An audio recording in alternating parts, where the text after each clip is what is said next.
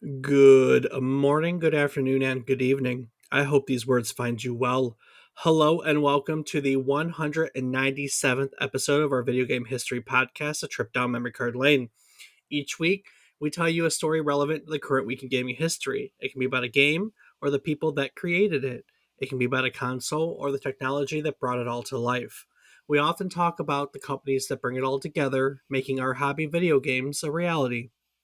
While telling you each story, we hope to teach you something new about the topic, what it took from the world as its inspiration, or what it gave back to the world in its legacy. Today, we're dialing back the clock to 1978 to revisit a game that invited us to save the Earth from an endless barrage of alien forces. That's right, we're talking about the legendary arcade classic Space Invaders.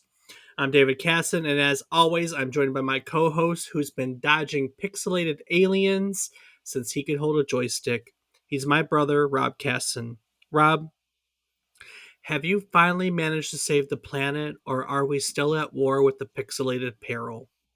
Well, the space is quiet for now, Dave, but it's just a matter of time. Ain't that the truth? It's always just a matter of time. Never stays quiet forever. No, it does not. That's a shame. There's plenty of space for all of us.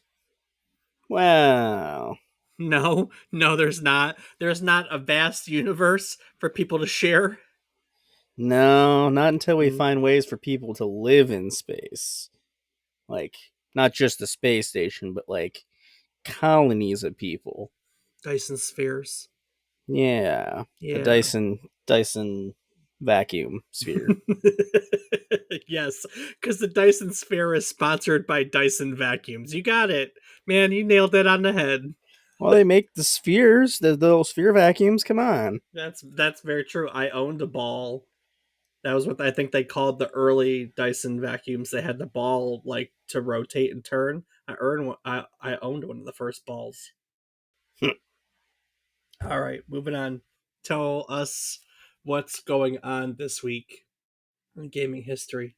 Well, kicking it off on June 3rd, 1982, Nintendo released the Game & Watch Donkey Kong, a pivotal addition to their Game & Watch series that significantly impacted the future of video games. The game was notable for being the first handheld game to feature a directional pad designed by the legendary Gunpei Yokoi, which would later become a standard control scheme for countless video game systems. Donkey Kong on Donkey Kong on Game & Watch adapted the arcade classic for portable play, where players controlled Mario, who was originally known as Jumpman in the arcade version, to rescue Pauline from Donkey Kong, navigating a series of platforms and ladders while avoiding obstacles.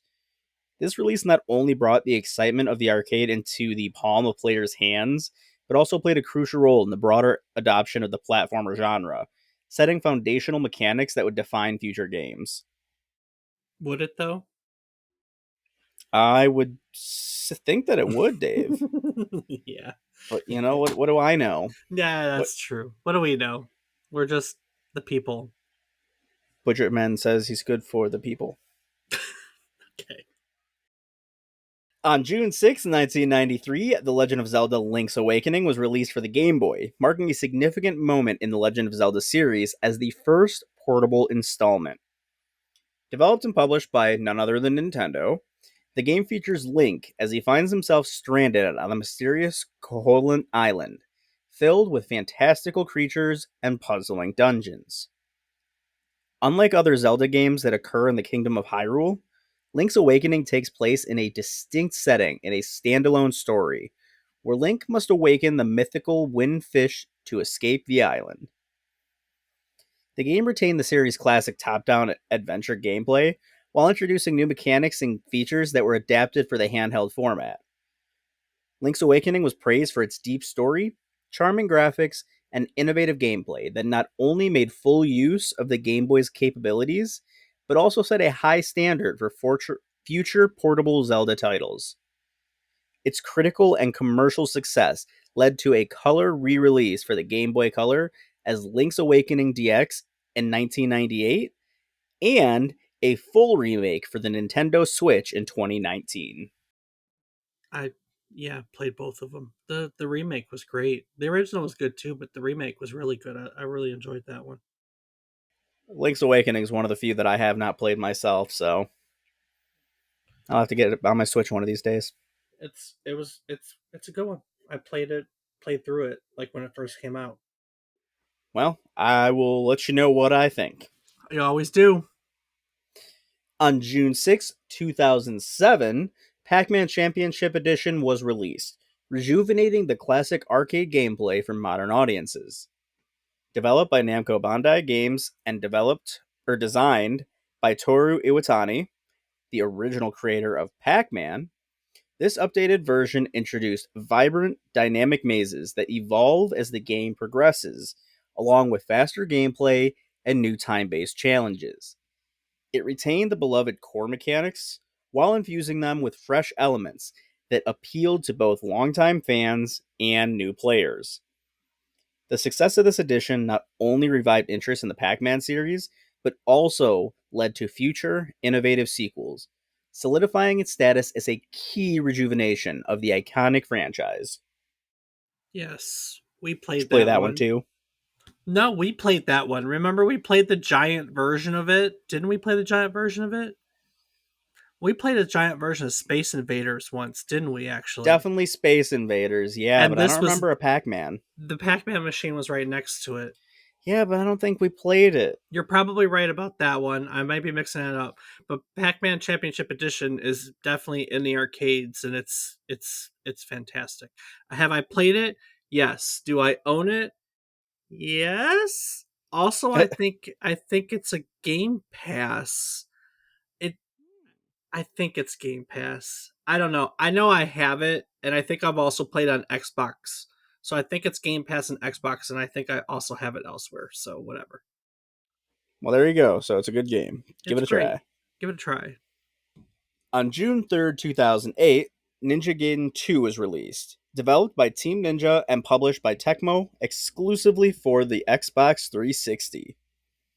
As the sequel to the highly acclaimed Ninja Gaiden, this game continues the saga of Ryu Hayabusa as he battles a new evil force that threatens the world.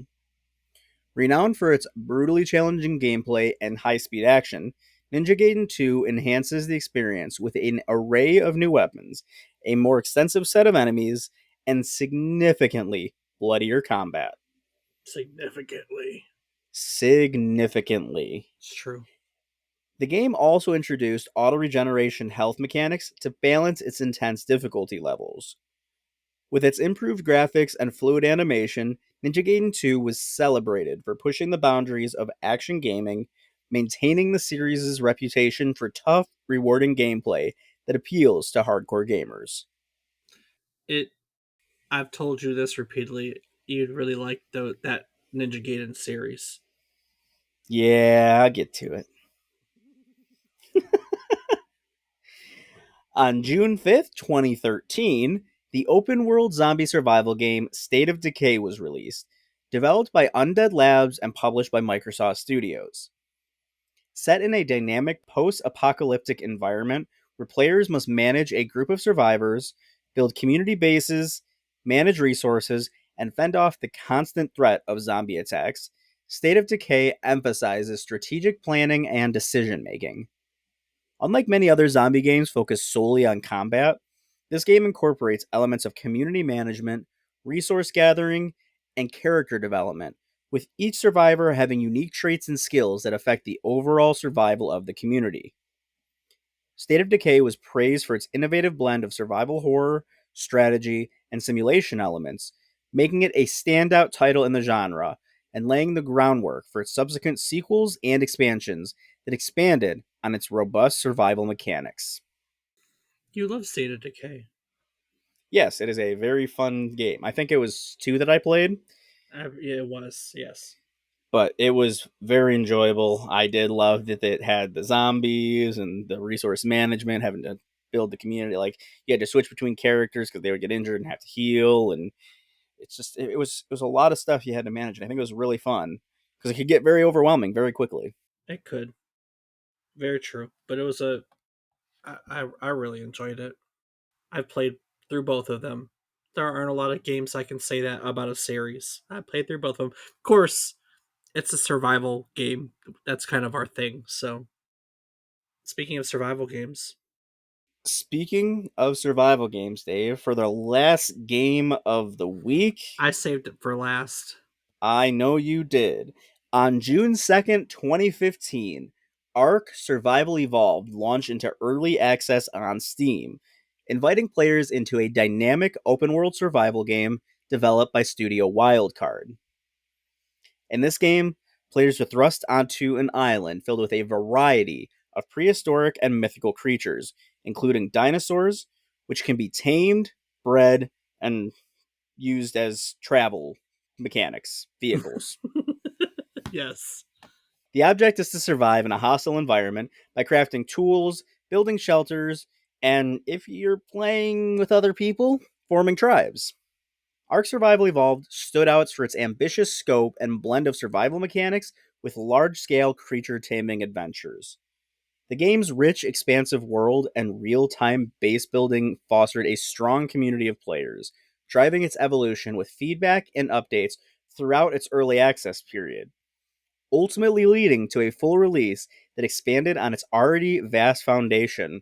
And a sequel is in the works that, if I remember correctly, has freaking Vin Diesel involved. Uh-huh. It does. So, yeah, Ark is a fantastic game. That's all I gotta say. That's it. That's it. One of your most played games of all time, and you're just gonna say Ark is a fantastic game. Well, yeah, Dave, I could spend the entire day talking about this You game. could. Yeah, you could. I It's really could. crazy to think that 9 years we'll have to plug it into next year's schedule to do 10.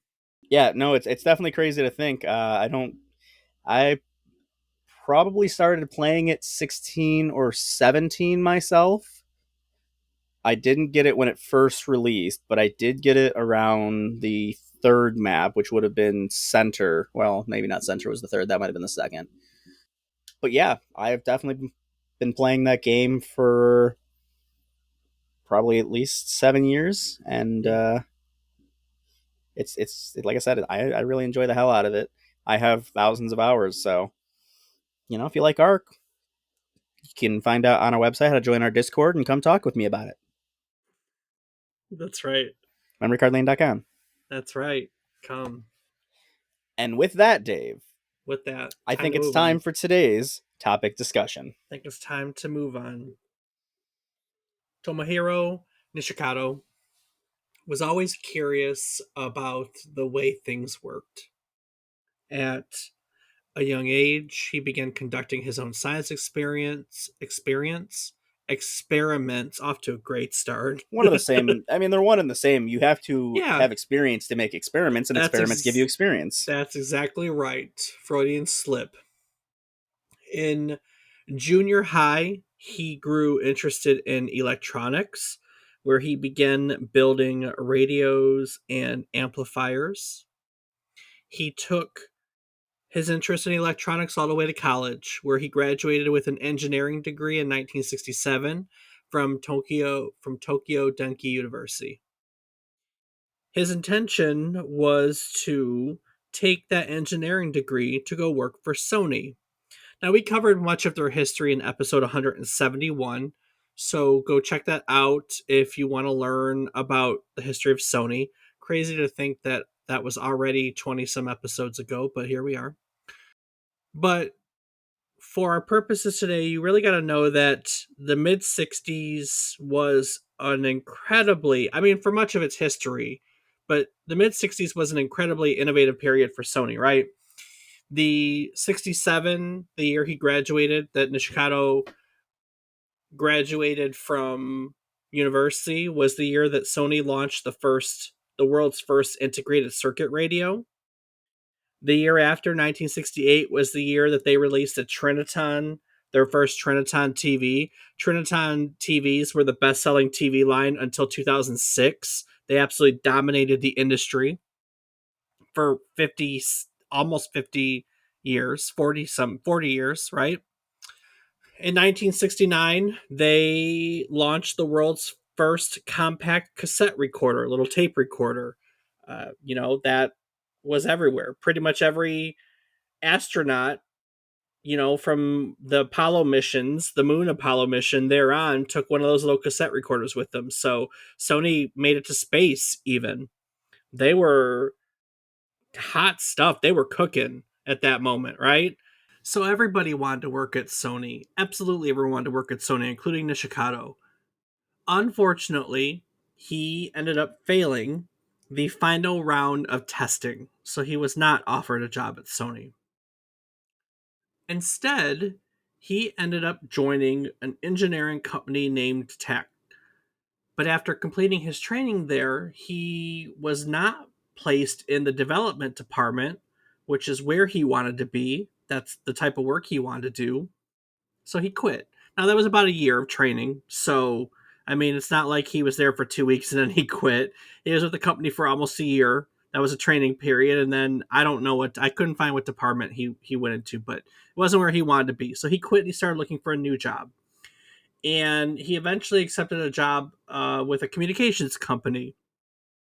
But he had a chance encounter in a train station that changed his path moving forward.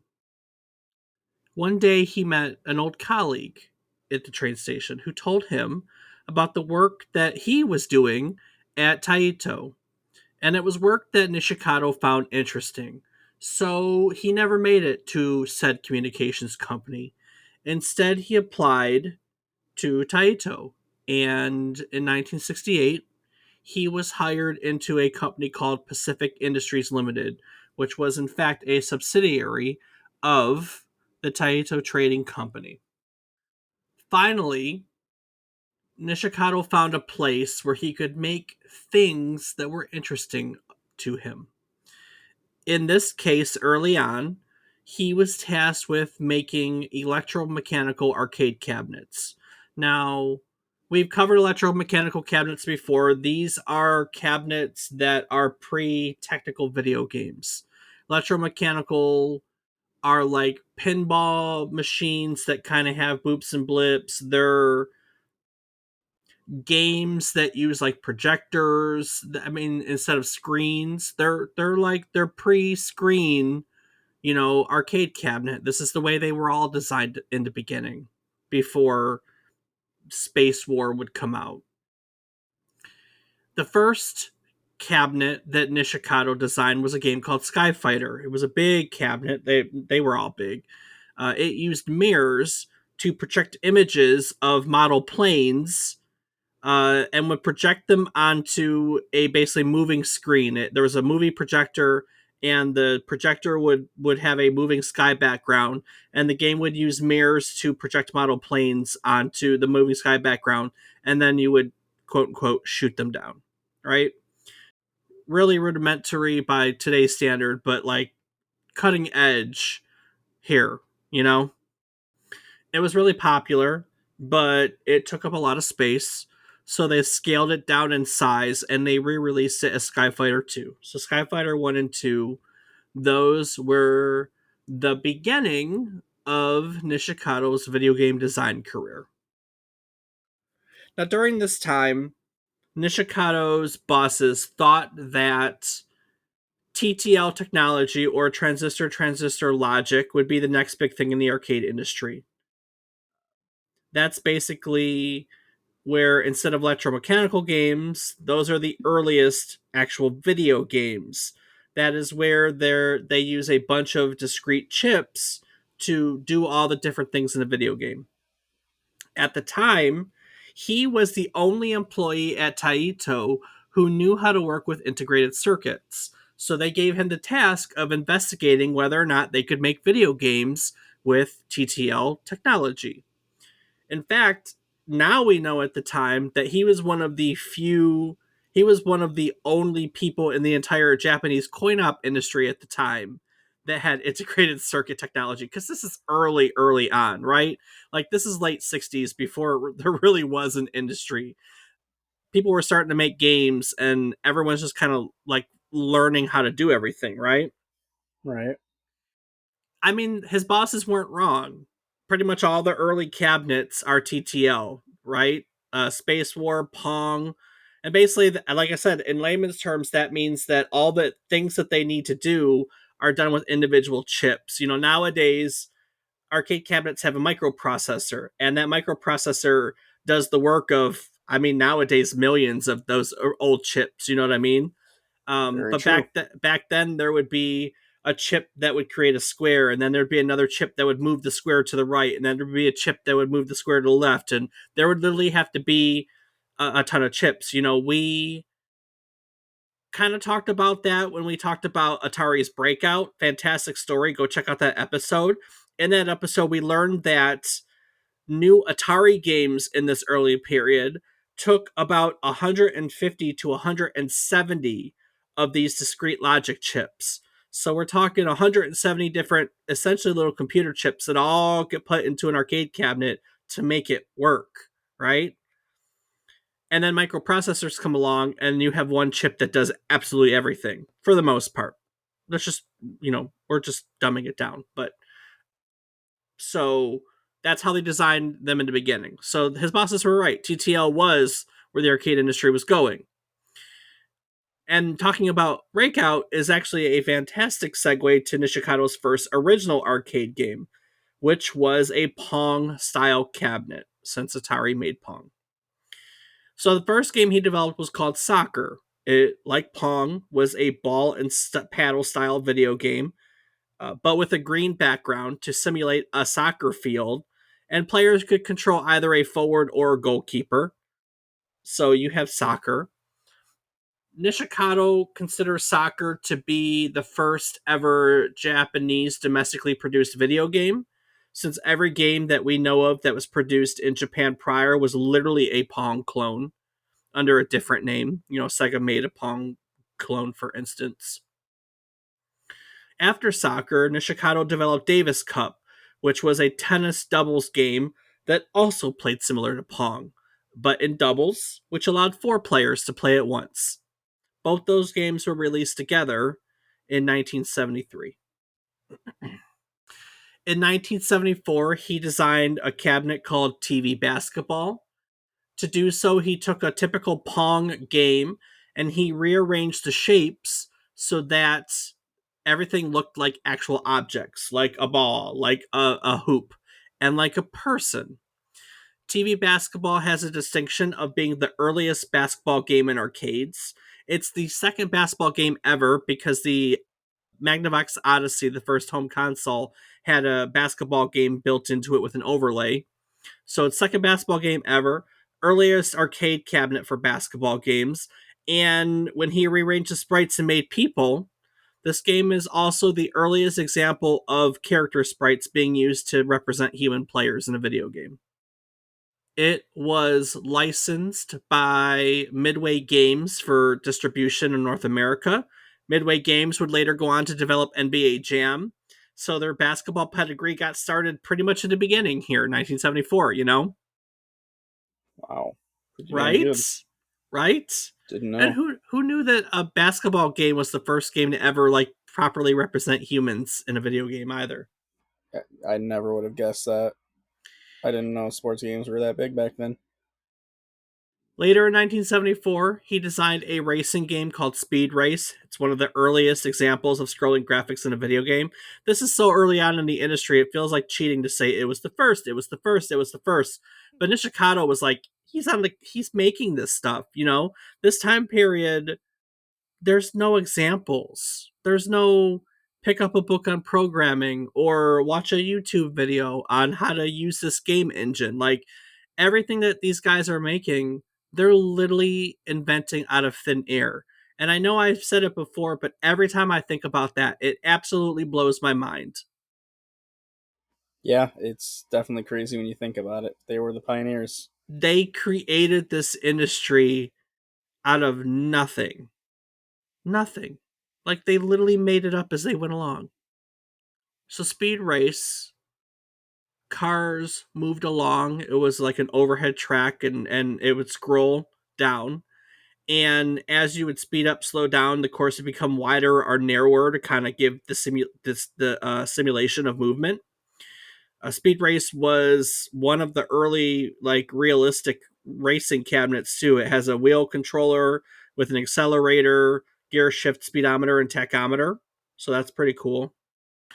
In 1975, he designed the multi directional shooter Western Gun, a game in which two cowboys square it off in a duel. Historically, it's the first ever game to depict human on human combat. So there's your trivia for today. TV Basketball, Speed Race, and Western Gun were all licensed to Midway at about the same time, making them the first Japanese games to be ever brought over to the United States. There's your other part of trivia. Nice. When Western Gun was brought over, it was renamed Gunfight. The title Western Gun didn't make much sense for US audiences because we were the West. We were the Western and Western Gun. So they renamed it Gunfight. When Midway brought it over, Dave Nutting of Nutting Associates did a lot of stuff with arcade cabinets back then. Actually redesigned Gunfight as a cabinet with discrete with a microprocessor. So the original cabinet when Nishikado made it was a TTL, a chip cabinet with all these chips in it.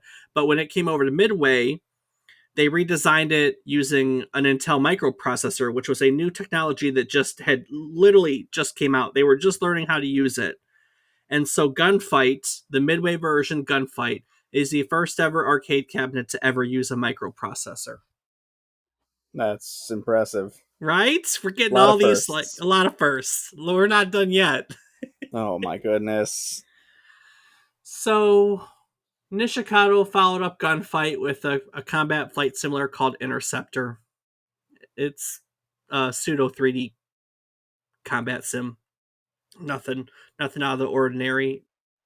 The pseudo 3D scrolling graphics, inspired other games, but it was about this time when Interceptor was coming out, being developed, that Breakout, the aforementioned Breakout was coming out. And Breakout was one of those early, behemoths of the industry, right? Everybody was looking to play Breakout.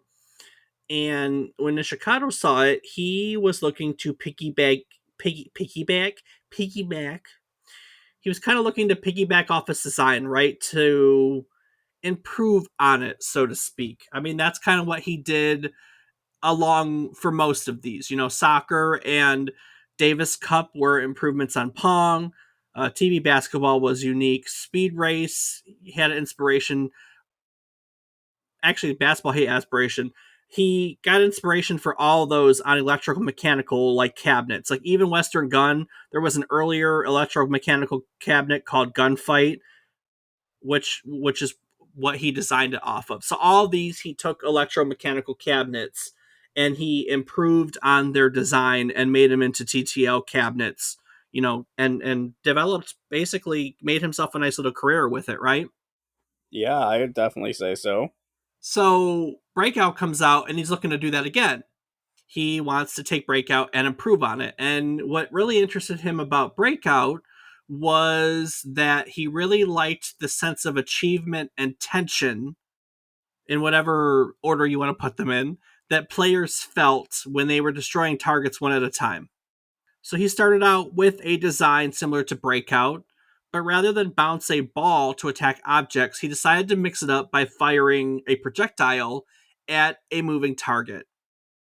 And then slowly, as he built this game out, he began to add features that he felt were lacking in earlier video games.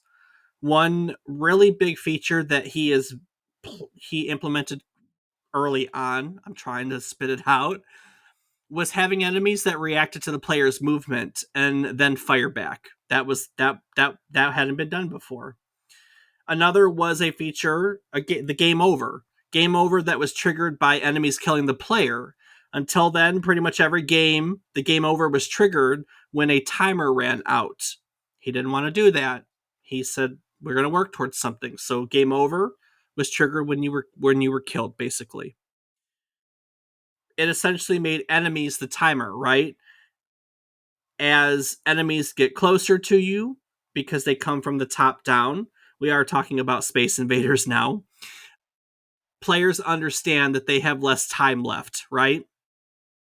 I'd say so. I mean, I'd hope so at least. If you're not, then Well, yeah. If not, then they're oblivious of gameplay, right? Or Then they're he just had winning so fast that it doesn't bother them. that too. So then he had to sit down and decide what his enemies were going to be. He started out with designs that include tanks, combat planes, and battleships, but he didn't like any of those options. And he found that there were technical limitations that didn't really allow them to make much sense, like simulating the planes, the combat planes, for what he had in his mind. Just he couldn't make it work, couldn't make it believable. Then he considered making the enemies human themselves, but he felt that slaughtering humans in mass, the way the game was envisioned in his head, was kind of immoral, so he nixed that idea. And of course, we're here and it's 1977, and that's a really important time for pop culture, right? Because 1977 is the year that Star Wars comes out. So Oh. Nishikado reads a magazine feature about the movie, right? And he had just seen an anime. It was a 1974 anime called Space Battleship Yamato. So he sees this space anime and he reads this magazine article about Star Wars, and it dawns on him that maybe a space theme is the way to go. So he turns to literature for inspiration. His design for an enemy, his alien design, so to speak, are based off the octopus like aliens in H.G. Wells' The War of the Worlds. Okay. And this becomes the basis for his game, which he initially called Space Monsters. Hmm. Catchy? I What do dig you it. think? I mean, it works, but I Yeah, don't think that it would make it to the cut. it didn't. It wasn't his choice either. The higher ups didn't like Space Monsters, so they changed it to Space Invaders before the game was released. Ah, bastards.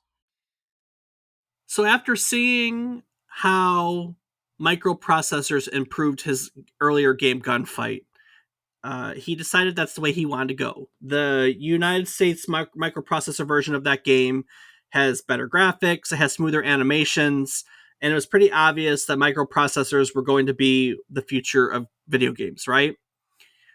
But that was early technology that was not widely adopted. So Nishikado had to literally sit down and learn it and design his own custom hardware around a microprocessor. And despite this, even by designing it, just there's a lack of experience there, right? He puts all the pieces together.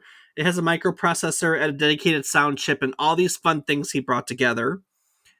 And he still couldn't figure out how to get the game to work exactly how he wanted. He just couldn't get enough processing power out of the GitHub to do some things that were in his mind. So, for instance, the graphics in the original Space Invaders are not in color. The original Space Invaders is black and white, and they put orange and green like cellophane overlays on the monitor itself in the cabinet to give it some semblance of color. But the game itself is in black and white, the original Space Invaders. And he also couldn't figure out how to make them aliens move faster, which is interesting because, Rob, do the aliens move faster in Space Invaders? Yeah, I would definitely say so. When do they start moving fast? As they get fucking lower. And not only that, as you kill more of them, right? Yeah, which happens as they get lower. Which, yes, it's not the lower that does it though. It's the less. So while he was programming the game, he learned that the processor was able to render each frame of the aliens faster when there were fewer aliens on the screen. And the way the game is programmed, the alien's position gets updated after each frame. So as more and more the aliens are destroyed, the remaining aliens would move across the screen faster and faster. So again, like that's the way Space Invaders is, as we know now. Like the less enemies they are, the faster they go. That is now a feature of the game, but really it wasn't. It was something he couldn't figure out. You know, he thought about compensating for the speed change, but then he decided that he liked it as a gameplay feature, and so he decided to leave it in. So that is a perfect example of how a bug, so to speak, becomes a feature of a game. That's funny. Yeah, just because that was the way it was. He made this custom hardware, and as he's learning how to use it, he just goes, "I like that," and he left it. So he puts all the pieces together, and he makes Space Invaders. The release date of Space Invaders gets real confusing. Honestly, I don't. I I guess its first publication date was April 1st, 1978, and then it entered mass production in July of 1978. But I also found articles, obviously, that say like June of 1978 is when it was released. It's all over the place. No matter what, somewhere here in the spring or summer of 1978, April, May, June, July, somewhere in here, we're kind of in the middle. Taito released Space Invaders, and it certainly took the world by storm. Rob, do you know what else has really taken the gaming world by storm over the years? What's that, Dave? Podcasting. And if our listeners have ever considered making their own podcast but just don't know where to start, our friends at Zencaster have got you covered. With Zencaster, it's super easy to record a podcast. Everyone logs in using their web browser, and you just start recording a high quality podcast right away. It allows you to record up to 4K video with your guests if that's your thing. And with Zencaster's multi-layered backups, you always have the highest quality recordings, even when your connection is unstable. And with Zencaster, you never have to worry about what you sound like. Zencaster's post-production process makes you sound buttery smooth. It automatically removes all those ums and ahs, removes all those awkward pauses in conversation. You can set the right podcast soundness, reduce background noise. You can do it all with a single click of a button. Just hit the button and let it do its thing. And even if the thought of podcasting overwhelms you because you think you need a bunch of different tools and services to make it all happen, relax. Those days are over. With Zencaster's all-in-one podcasting platform, you can create your podcast, record it, edit it, and distribute it to major destinations all in one place. So if you'd like to start your own podcast, or maybe you want to take your current podcast to the next level, we've got a deal for you. Go to zencaster.com/pricing and use the code MemoryCardLane, all one word, and you'll get 30% off the first month of any of Zencaster's paid plans. Sign up for Zencaster today, and you can experience the same ease in producing your own high-quality podcast as we do each week. Go out and share your ideas with the world. Rob, Space Invaders. Space Invaders. I mean, for Space starter, Invaders. Space Invaders. End of topic. End of episode. We're done. Let's pack it in. Ba-ba-da-ba-ba-ba-da-ba. So Space Invaders, it's a legacy thing. Like it's said to have ushered in the golden age of arcades. It is so hard to wrap your head around how popular and impactful this game is. I mean, like, so hard. It was unbelievably popular. Arcades, pachinko parlors, bowling alleys, they all had to make space for more Space Invader cabinets. In Japan, there were literally arcades, specialty arcades that opened up that had nothing but Space Invaders cabinets in them. Wow. By the end of 1978, Taito had installed over 100,000 cabinets and grossed $670 million in Japan alone. That's insane. We're not done. It gets so much bigger. By June of 1979, they had built between 2 and 300,000 cabinets, vowing to have 400,000 built by the end of the year because they wanted to, they were expanding overseas, but they realized they just couldn't meet up with demand. So they ended up licensing overseas rights to Midway in order to take off some of the pressure, right? By the end of 1979, between the two of them, there were 750,000 I said that weird three times. I'm sorry, what? 750,000 cabinets installed worldwide.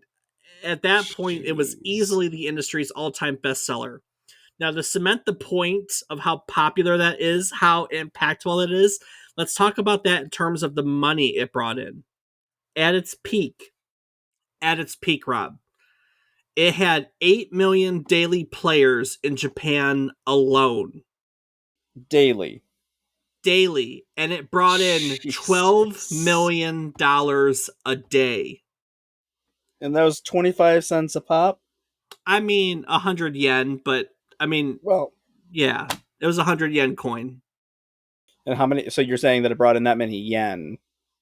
No, that's a good question. I don't know what the article translated it into. I think I think it's English. I think $12 million is fair from yen over. That's I mean, insane. we did the translation. That's over $55 million today. Can That's you imagine a game bringing in that kind of money daily? over multiple days too. It's not just like a 1 day thing. Oh, for years. I mean, That's the game was the top selling arcade cabinet for 3 straight years. just blows my mind. Like I'm Now, trying to think of other games that would do something like you that. can't even do it. I did the same thing as I was writing it. You can't even do it. Now, the thing that's different about arcades here is that like that's not Taito making that money, right? Like someone buys an arcade cabinet and then that's the money that people are putting into the arcade cabinets and the arcade owners are the ones getting all the money, right? Right. So the money distribution's different, but there were people putting $55 million worth of coins into those cabinets every single day. Wow, Yeah, that's incredible. By the end of 1979, on our soil, it had brought in more than 1 billion quarters, which adjusted for inflation is about $4.7 billion. Oh my god. It was the top arcade game, like I said, for 3 straight years, just unheard of. And since we brought up already that that's the arcade operators making that money, Taito itself earned over $500 million in profit, which is $2.3 billion today. That's even more insane. I literally, it is so hard to wrap your head around the numbers because it's a different circumstance now, right? But $12 million a day. Yeah, that's a lot. 8 million people were playing it every single day. Oh my god. It's so hard to quantify its legacy because the scope is just something that we don't have any concept of anymore. I mean, how many games even nowadays have reached at its peak 8 million in a day? Shit, I don't think any. I don't think any. Jeez. What's the I could be wrong. Most peak players Steam, for instance. PUBG's peak was 3.5 million on Steam. I mean, I realize there are other platforms, but yeah, I mean that 3.5 million on with PUBG, which is the top. That's wow. It's just it's just like I said, it's so hard. It's so hard to wrap your head around. It's so different. It was the first fixed shooter. It created that genre. It was the first game to have reactive enemies. So it's kind of the first interactive game, so to speak, in that respect. It was the first game to let you save your scores. You know how you put in your initials and save your score. So Oh, in a lot of ways, it was the first game that helped popularize the concept of high scores because they finally mattered. You could show them off. It was the first game where players were given multiple lives, where you could take cover from enemy fire. The first game to have destructible barriers. The first game to have continuous background music. It is at the intersection of so much innovation. It is absolutely ridiculous. It's because of that, its influence just ripples through the video game industry. Many of the popular game designers we've talked about have cited Space Invaders as their first video game or one of their earliest memories of a video game. That list includes Shigeru Miyamoto, the man who created Mario and Zelda, Hideo Kojima, who created the Metal Gear series. On the US soil, two of the creators of Doom, John Carmack and John Romero, both said that their earliest memory is Space Invaders. It inspired Eugene Jarvis, who created Defender. We covered Defender in a previous episode. Inspired him to get into video game design. You know, there are so very many games that were directly inspired by Space Invaders, but some of the early ones include Defender, the aforementioned Defender, Asteroids, Galaxian, and Galaga, right? Sure. And then because it was so popular, it just smashed into pop culture. And it stayed. The alien sprite is literally now the universal symbol for video games. Like, if you want to play a game or you want an icon for a video game without the words, the Space Invader sprite is what's used. It has become the symbol for video games because it's so recognizable. In 1980, Atari hosted a Space Invaders tournament, which is recognized as one of the, if not the first ever technical esports event. That's fun. And I, read an article that basically says that Space Invaders did for video games what the Beatles did for pop music. And honestly, I agree with that. Space Invaders is the very first blockbuster video game. There is no doubt about that whatsoever. It may not, the game itself may not have the significance nowadays that it did before, but that doesn't lessen the impact it has on everything that we do and play nowadays in any way, shape, or form.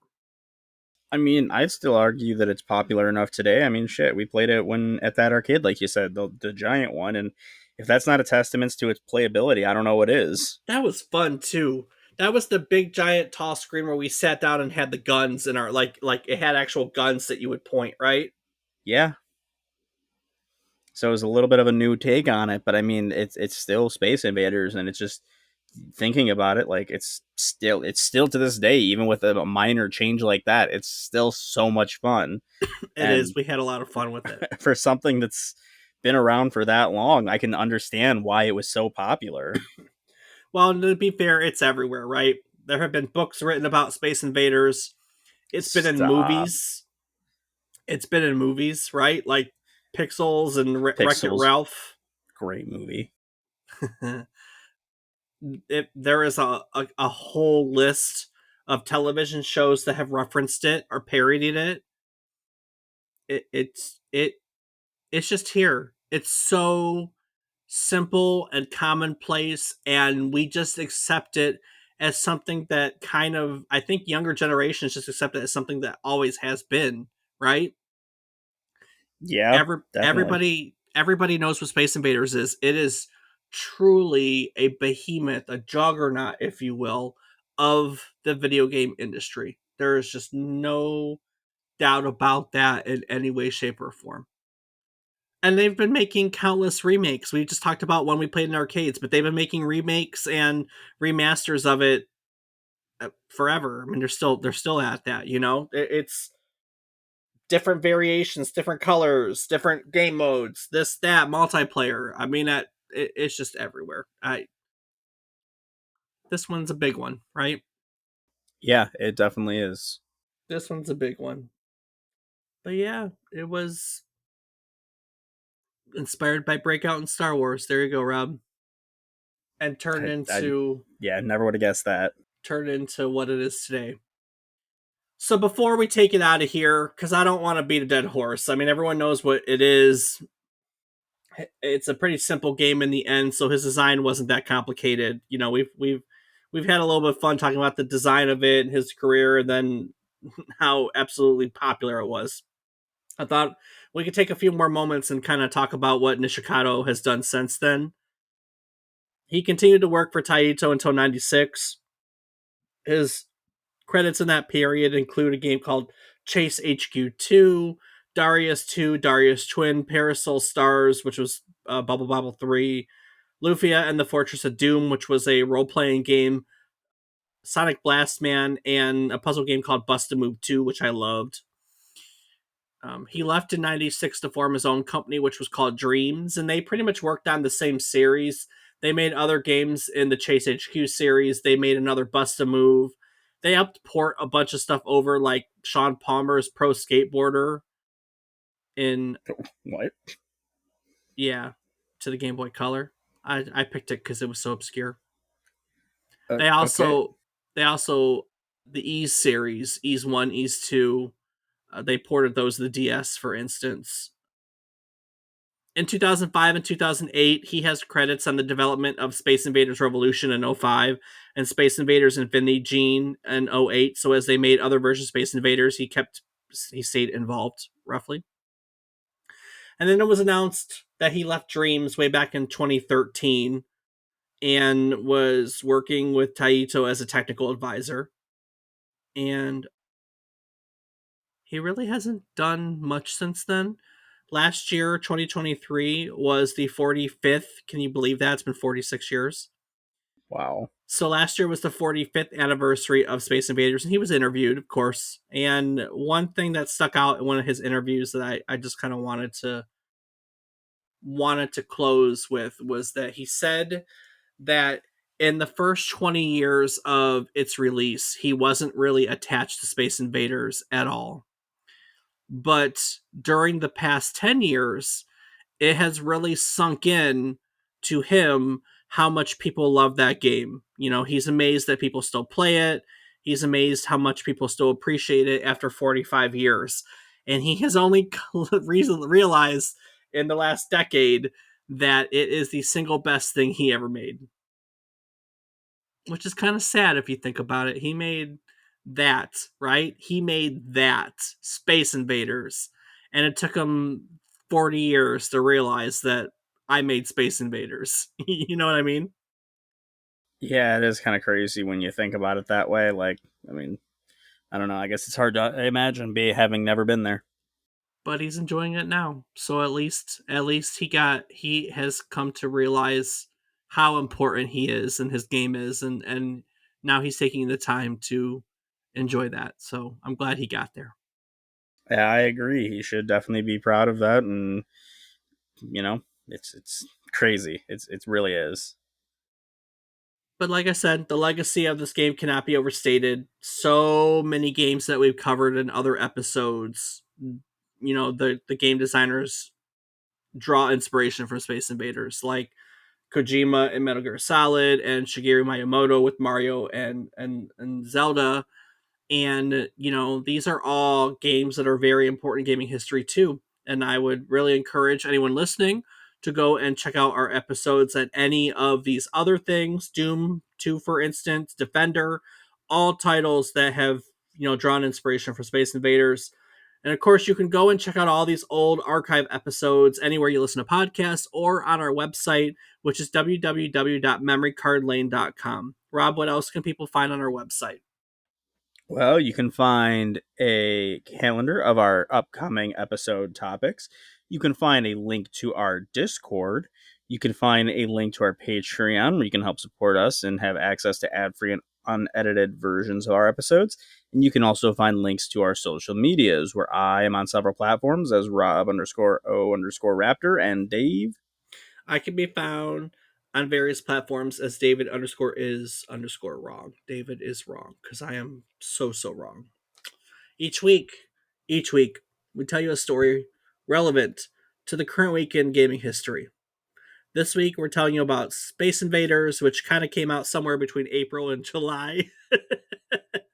It's probably one of the bigger stretches for this week in gaming history, but hey, it's an important topic and we're covering it anyways. Well, teaching you each topic, we hope to teach you something new about the topic, what it took from the world as its inspiration, or what it gave back to the world in its legacy. The best part about doing this week in, week out is that we learn things. Every time we sit down to do research, the fun part for me is all the things that I didn't know because then I get to teach you. So, in celebration of that cycle of learning and teaching, we like to go around table and recognize that and talk about what we took away from every episode. So, Rob, what did you learn today? Well, I did definitely learn that it was Space Invaders was kind of inspired by Breakout and Star Wars. I didn't really think of it ever like that, but I'm also just we mentioned in the episode, but I'm astounded just absolutely blown away by the size of this. The number of players, the amount of money that it made. It's all mind boggling. It's not like you said. We just don't have things like that in today's age. So it blows me away. I know, me too. I couldn't wrap my head around it. I couldn't wrap I couldn't wrap my head around it either. It it's a scope that we just don't have any reference point of the scope anymore. Not at all. So that's for me, Dave. What's your big takeaway? I like all the firsts, right? Because I like that random trivia stuff. First, microprocessor arcade cabinet. First Japanese games to come over to American soil. First game with interactive enemies. First human to human combat title here in gunfight. I like all the first. I that kind of random trivia is fun to me. So Definitely. this is a lot of fun stuff. And of course, again, I'll piggyback off you. The scope is amazing. The scope is absolutely amazing. That's why I don't normally talk about stuff like that, like nail it in as much as I did today. Where we talk about cabinets or a dollar sold or things like that. Like I know we talk about it, but I really spent some time on it today because I think just the sheer scope of what this game does is so much above and beyond anything else we've ever talked about. That's my takeaway. And with that being said, Rob, before we take it away and into next week, hey-o, is there anything you'd like to add to today's episode? As always, I want to take one quick moment to say thank you so much to everyone for listening. It means the world to us that you join us week in, week out for this adventure in learning about video games or just whatever video game related topic that's out there. So thank you. Very, very true. Well, we've had a blast diving into the intergalactic world of Space Invaders and exploring the fascinating history behind Nishikado and this arcade classic. From Space Invaders' innovative gameplay to its absolutely massive cultural impact, it's been a wild ride. I hope you enjoyed this nostalgic trip and maybe learned a thing or two about the game that literally probably launched 1,000 arcades. Next week, though, we're venturing into a hauntingly beautiful and emotionally charged world with The Last of Us. Get ready for a gripping narrative, intense survival challenge, and characters that will stay with you long, long, long after the game is over. And so remember, when you're lost in the darkness, look for the light. So keep gaming, keep surviving, and join us again next week for yet another trip down memory card lane. Do the thing. Do ba ba ba do. Okay.